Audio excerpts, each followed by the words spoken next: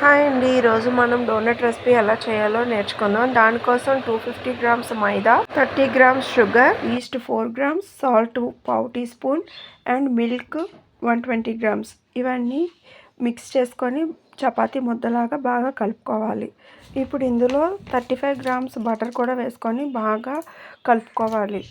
దీనిని ఒక ప్లేట్లో పెట్టుకొని పైన బటర్ రాసి పైన కవర్ చేసి ఒక 1 అవర్ పాటు పక్కన రెస్ట్ ఇవ్వాలి. దానికి ఇలా రెస్ట్ ఇచ్చిన తర్వాత పిండి కాస్త ఉబ్బుతుంది, డబుల్ అవుతుంది.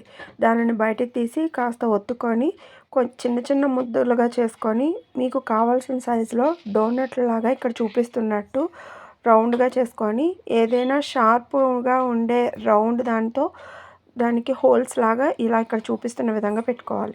ఇలాగే మిగిలిన పిండినంతా రౌండ్ బాల్లా ఒత్తుకొని డోనట్స్ షేప్లో చేసుకొని పక్కన పెట్టుకోవాలి. ఇలా పక్కన పెట్టుకున్న వాటిపైన ఒక తడిగుడ్డని పరిచి అలా ఉంచాలి. ఎందుకంటే పిండి ఆరిపోతుంది గాలికి వదిలేస్తే, అప్పుడు డోనట్స్ పొంగవన్నమాట. ఇప్పుడు పాన్లో ఆయిల్ వేసుకొని డీప్ ఫ్రై కోసం ఒక్కొక్కటిగా డోనట్స్ వేసుకొని ఒక్కొక్క బ్యాచ్కి 3 to 4 నుంచి ఫ్రై చేసుకోవచ్చండి. అలా చేసుకున్న వాటిని ఈ గోల్డ్ కలర్ వచ్చేంత వరకు ఫ్రై చేసుకొని పక్కకు తీసుకోండి. ఇప్పుడు వైట్ కాంపౌండ్ చాక్లెట్ దొరుకుతుంది. దానిని ఇలా క్రష్ చేసుకొని హాట్ వాటర్ మీద పెట్టుకొని డబుల్ బాయిల్ చేసుకోవాలి.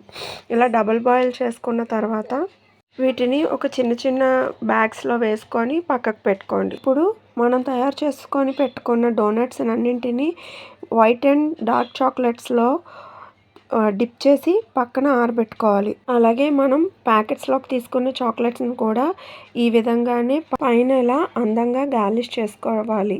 ఇలా చేసుకున్న వాటిని ఫ్యాన్ కింద కాసేపు ఉంచితే డ్రై అయిపోతాయి.